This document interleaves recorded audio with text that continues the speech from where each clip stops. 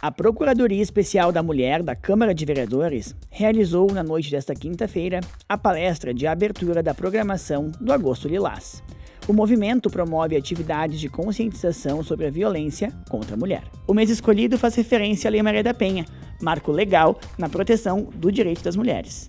O movimento visa estimular ações que promovam o debate e ações para o fim da violência. O evento contou com a participação da vice-prefeita de Caxias do Sul, Paula Iores, que apresentou os números referentes aos atendimentos realizados pelas instituições públicas que atuam na proteção à mulher no município. Nós tivemos um total de agora, de janeiro a junho de 2023 somente, um total de 931 atendimentos, sendo que foram 293 presenciais e 638 atendimentos à distância.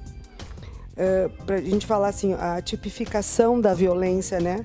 São 144 casos de violência física, 128 de violência moral, 47 patrimonial, 170 psicológica, 12 sexual e 430 casos que somam assédio, ameaça e importunação. O encontro foi mediado pela presidente da PEN, vereadora Tatiane Frisso, e também contou com a participação das vereadoras Estela Balardim, Marisol Santos e Rose Frigeri. A coordenadora da PEN destacou os avanços da legislação para a proteção das mulheres nas últimas décadas.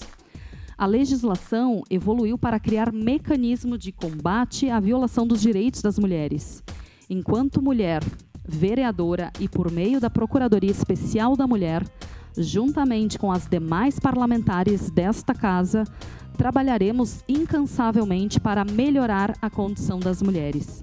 Espero que em um futuro não tão distante, possamos afirmar que tais mecanismos não se fazem mais necessários, pois viveremos em uma sociedade realmente justa e igualitária. A primeira palestra da programação da Agosto Lilás abordou o tema Mulheres na Política, com a participação da secretária da Fazenda do Estado do Rio Grande do Sul, Priscila Maria Santana.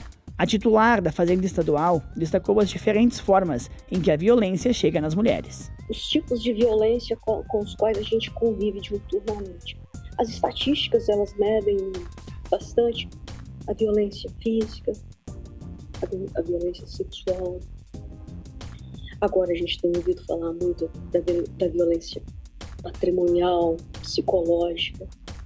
Mas tem uma violência que, só para parafrasear um grande filósofo, Foucault falava muito do micropoder e das microrelações.